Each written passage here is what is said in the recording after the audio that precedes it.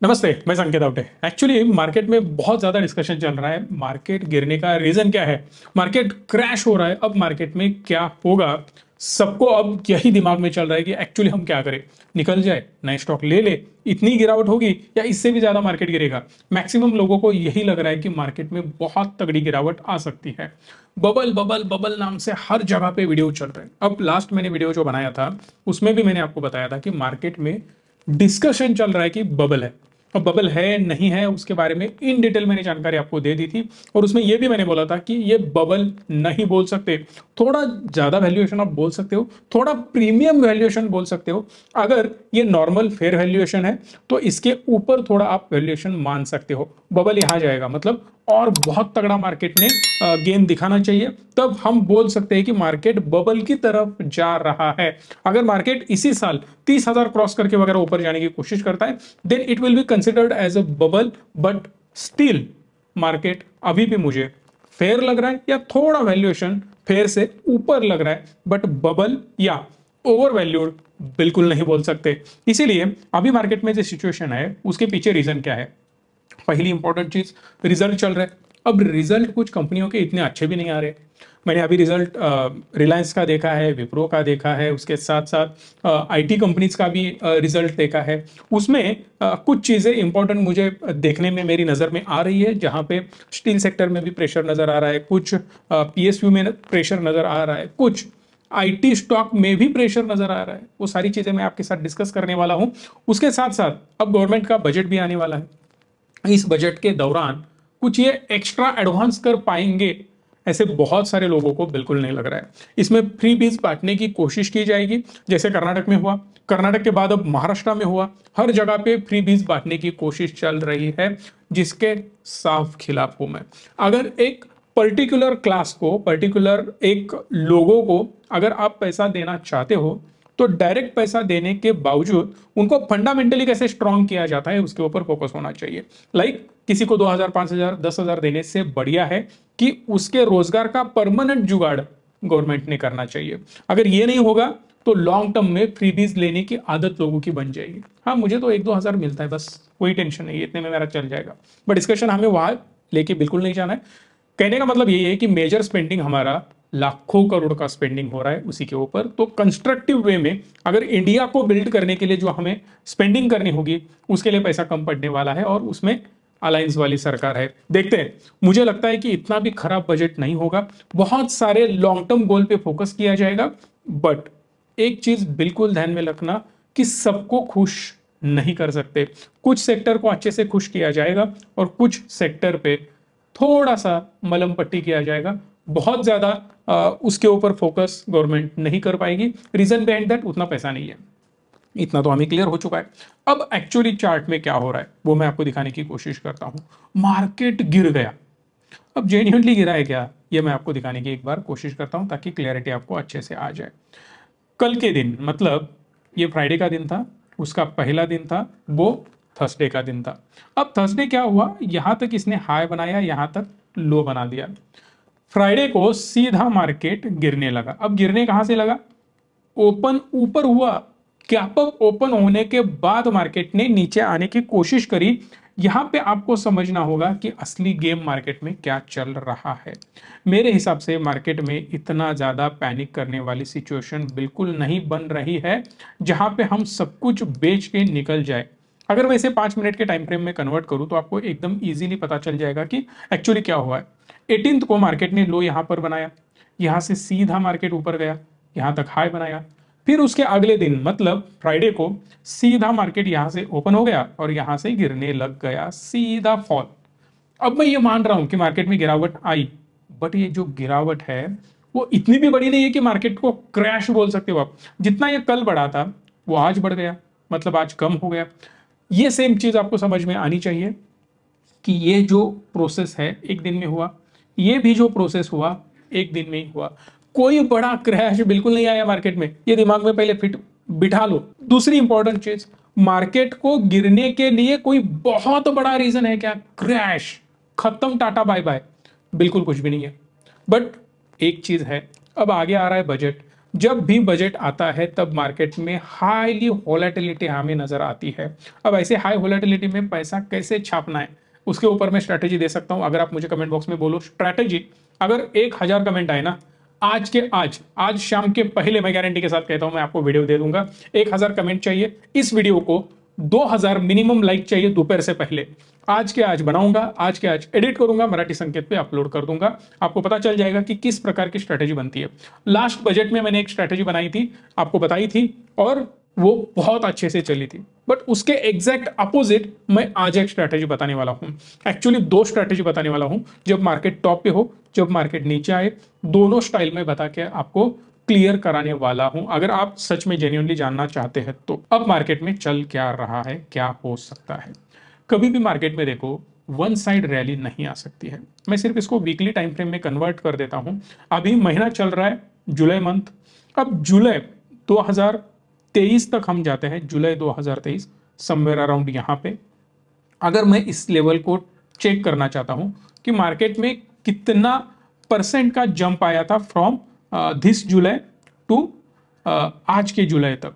सो अगर मैं एक ग्रोथ देखूं तो मुझे पता चल जाएगा अप्रोक्सीमेटली 31%, मैं बोलता हूं 30% पकड़ लो।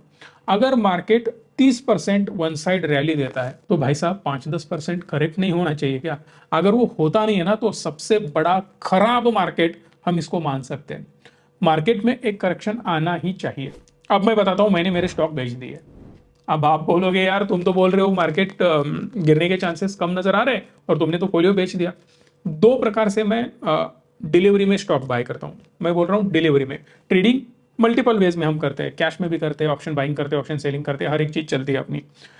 बट जो मेरा स्विंग का फोलियो है वो मैंने बेच दिया है। अब आप बोलोगे क्या रीजन है? मैंने एक ही स्टॉक निकालना भूल गया। मैं आपको स्टॉक भी दिखा देता हूँ, एक्चुअली वो दिखाना सही भी नहीं है, फिर भी मैं कुछ छुपाना नहीं चाहता आपसे, हर एक चीज़ मुझे दिखानी है तो दिखा देता हूँ। एक मरीन नाम का स्टॉक था, ऐसे मैंने स्विंग के लिए छोटे अमाउंट से लिया था, जहाँ पे मैंने ऑलमोस्ट 68% कमा लिया। 68%, जोक नहीं है। विद इन कुछ दिनों में, मुझे लगता है 1.5-2 महीना भी नहीं हुआ होगा इसको, कुछ दिन ही हुए, 156 को मैंने बाय किया था, अभी 263 है। तो 156 मुझे लगता है यहाँ पे समवेयर अराउंड कहीं पे होगा।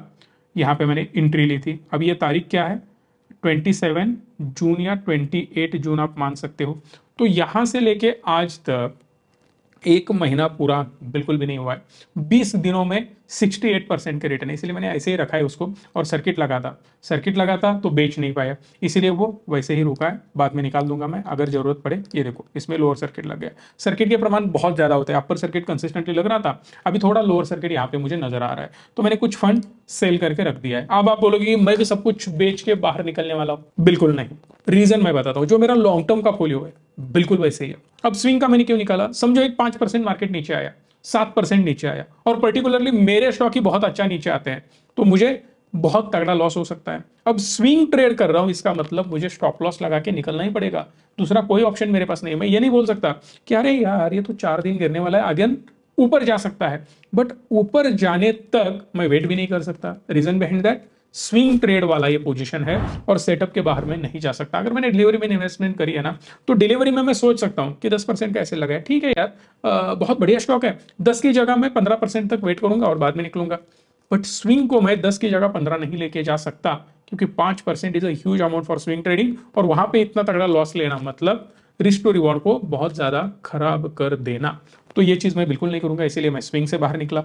अब आप में से कई लोग होंगे कि सर मैं क्या करूं, मेरा पोर्टफोलियो बेच दो।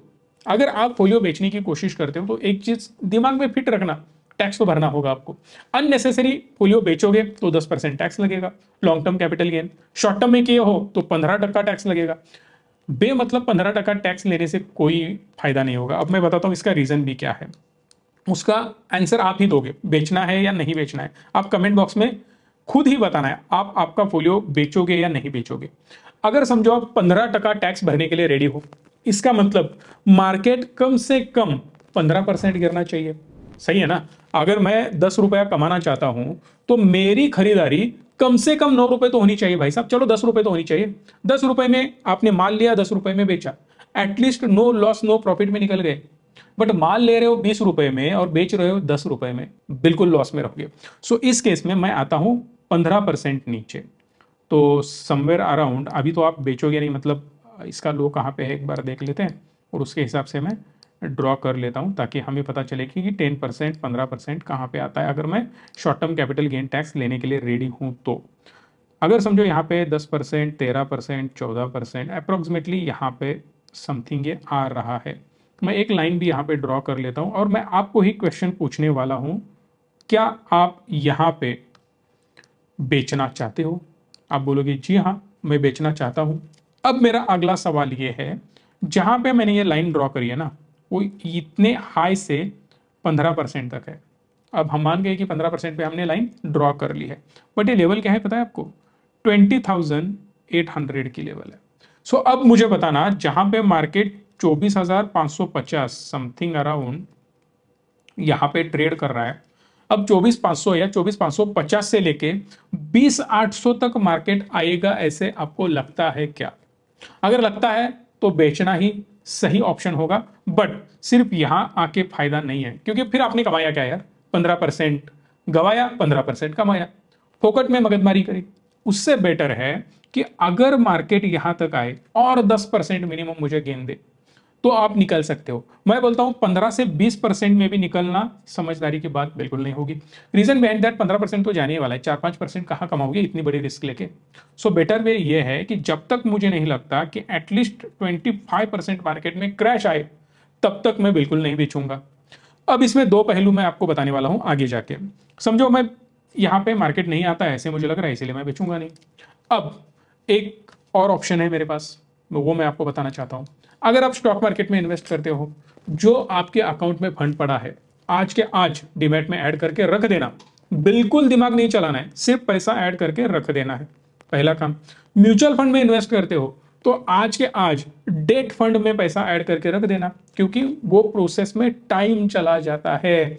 एनएबी मिलना, पैसा ऐड होना, वो आपको अलाउट होना, हजार चीजें होती है, तो उसमें टाइम चला जाता है। आज मुझे मार्केट गिरा हुआ नजर आ रहा है और आज मैं दौड़ रहा हूँ, अरे यार अभी के एनएबी उठाते उठाते, अरे इतना आसान नहीं है। सो पहले प्लान करके रखना होगा। प्रोसेस ये करो कि फंड कौन सा मुझे चूज करना है, मैंने चूज कर लिया। फंड चूज करने के बाद उसी स्कीम का मुझे क्या बाय करना है, डेट फंड बाय करना है या लिक्विड फंड बाय करना है, जहां से मैं पैसा शिफ्ट कर पाऊं।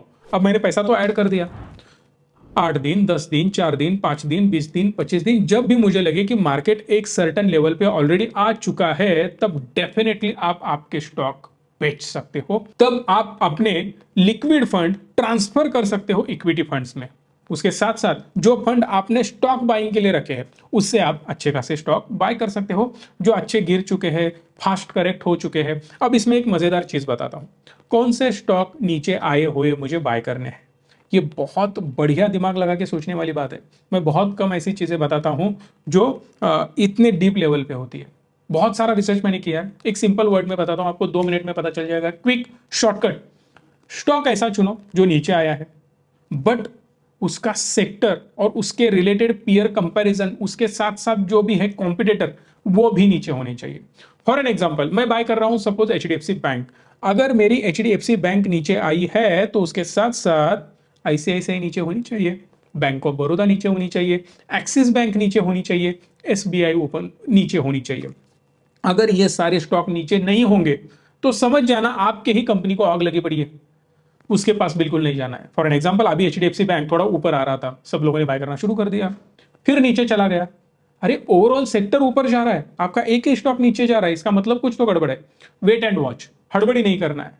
तो इस केस में आपको थोड़ा कॉमन सेंस लगाना है कि अगर मैं पीएसयू में उतर रहा हूं तो देखना होगा, आईटी में उतर रहा हूं तो देखना होगा, अरे भाई साहब टीसीएस का रिजल्ट अच्छा है, इन्फोसिस का अच्छा है, स्टॉक ऊपर जा रहे हैं, विप्रो का रिजल्ट खराब आया, भाई साहब नीचे ही जाएगा।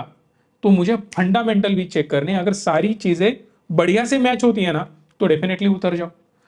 ये हुआ ये मार्केट नीचे आने के चांसेस के बारे में बातें। अब कहां तक आएगा वो भी मैं आपको बताने की कोशिश करता हूं। अगर आपको जेन्युइनली स्ट्रेटेजी भी चाहिए तो मुझे प्लीज कमेंट करके बता सकते हो।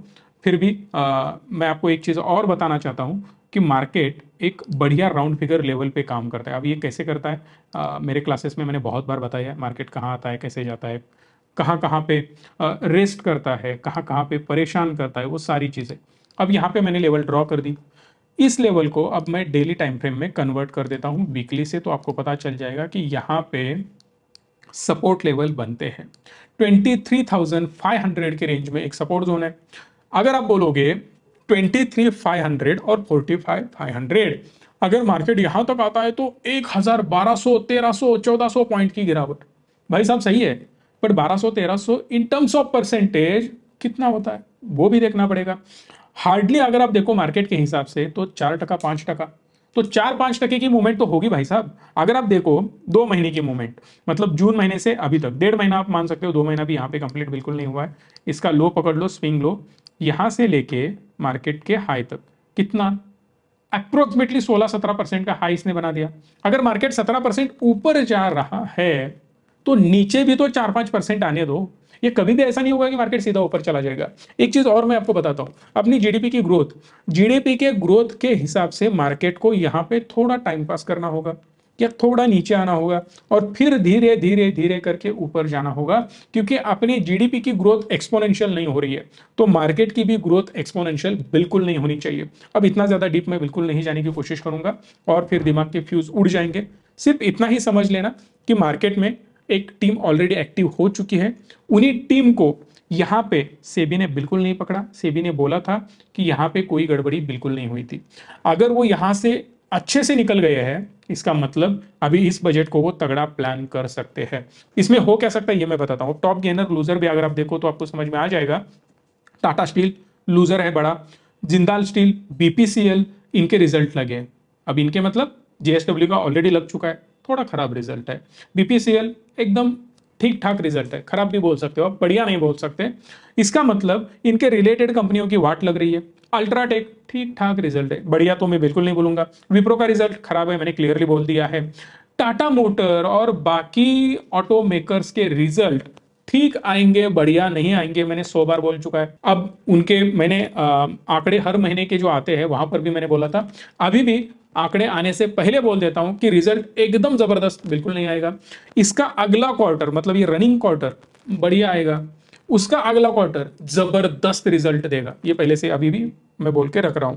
तो इस वजह से हो क्या रहा है, फंडामेंटली भी कुछ स्टॉक खराब परफॉर्म कर रहे हैं। इस वजह से भी मार्केट में एक थोड़ी परेशानी हमें देखने मिल सकती है और बजट में उन्हीं स्टॉक को टारगेट किया जा सकता है, क्योंकि कुछ स्टॉक अगर आप देखो तो अगले पार्ट में मैं बोलूंगा, आज ही और एक पार्ट में आपके लिए लेके आऊंगा, ओवरऑल मार्केट में रिजल्ट क्या आ रहा है, ये सारी चीजें मैं उन वीडियोस में डिस्कस करने वाला हूं।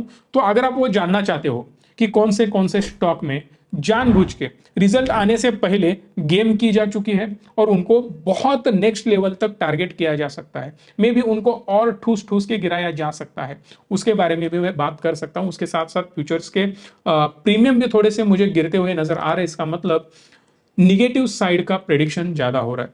इसका मतलब बड़ा क्रैश बिल्कुल नहीं होगा। मार्केट में बोथ साइड मूवमेंट आपको एग्रेसिवली देखने मिलेंगी इस बजट में, तो दोनों साइड के लिए मैंने एक बढ़िया सी स्ट्रैटेजी बना रखी है। एक बार कमेंट में बताओ, वो भी मैं आपको बता दूंगा। अगर आप और मार्केट को डीपली एनालाइज करना चाहते हो तो आपको एक चीज पता चलेगी कि राउंड फिगर में मार्केट बहुत ज्यादा स्ट्रगल करने की कोशिश करता है। राउंड फिगर्स पे और नंबर्स पे हमने 20 40 60 80 स्ट्रैटेजी बना रखी है, जिसको यूज करके लोग बहुत अच्छा ट्रेड कर रहे हैं। आपको फायदा हुआ है या नहीं हुआ है, एक बार कमेंट बॉक्स में मुझे बता सकते हो। सो अगर आप 23,000 के पास देखो तो ये लेवल है, इस लेवल तक जाने के लिए इतने बहुत ज्यादा परेशानी उठाई है। अब सेम पैटर्न में दिखाता हूं आपको, मजा आ जाएगा ये देख के। ये लेवल में ड्रॉ कर लेता हूं 25,000 की। अब आप बोलोगे कि इसमें क्या मजा है यार, 25,000 तो हमें ऑलरेडी पता है, बट ये 25 को पहुंचा है क्या? बिल्कुल नहीं पहुंचा है। अब एक मजेदार चीज बताता हूं, ऐसे ही स्ट्रॉन्ग लेवल आप बोल सकते हो 20,000 की लेवल, सेम मैं 20,000 की लेवल को ड्रॉ कर देता हूं, so that you will get to know कि मार्केट में क्या चल रहा है। चलो लेवल तो मैंने ड्रॉ कर लिया, सेम चीज आपको देखने मिलेगी, एक बढ़िया से ग्रीन कैंडल, उसके बाद में एक छोटा करेक्शन, छोटा मतलब 1,000 पॉइंट का ऑलमोस्ट करेक्शन है, 19,200 के आसपास, बी स्पेसिफिक 800 पॉइंट की गिरावट। अब यहां से फिर से इसने एक उछाल दिखाई। होता यही है कि जब भी मार्केट राउंड फिगर लेवल के पास जाता है तब थोड़ा परेशान तो होता है, वही परेशानी है यहाँ पे। अब वो परेशानी 500 पॉइंट की है, 200 पॉइंट की है या 1000 पॉइंट की है, वो देखना इंटरेस्टिंग रहेगा। सो मेरे हिसाब से पहला सपोर्ट 23,600 को लगेगा, मतलब 23,600 के आसपास आने की एक संभावना है। और उसके बाद बहुत ही बुरी सिचुएशन बनी तो 22,500 के रेंज में और एक सपोर्ट बनता हुआ नजर आ रहा है। बट प्रैक्टिकली और फंडामेंटली देखें, मेजर क्रैश की कोई भी गुंजाइश यहाँ पे नजर नहीं आ रही है। बट अगर आपको वो भी 5% 7% जो भी गिरावट आए, कुछ स्टॉक में होगा ये कि 10-15% भी वो नीचे आ सकते हैं। अगर उनको आपको कैप्चर करना है तो अभी से फंड ऐड करके रखना होगा। हमारी सर्विस चाहिए, कोई भी आपको हमारी हेल्प चाहिए, इस नंबर को कॉल करना। म्यूचुअल फंड में इन्वेस्ट करना है, स्टॉक में इन्वेस्ट करना है, हम सेबी रजिस्टर्ड है, सारी जानकारी आपको मिल जाएगी। उसके साथ साथ इसी वीडियो को मैक्सिमम लोगों तक पहुंचाने की जिम्मेदारी आपकी है। सो प्लीज लाइक करके मैक्सिमम लोगों तक शेयर करना। धन्यवाद। Stay tune and stay positive.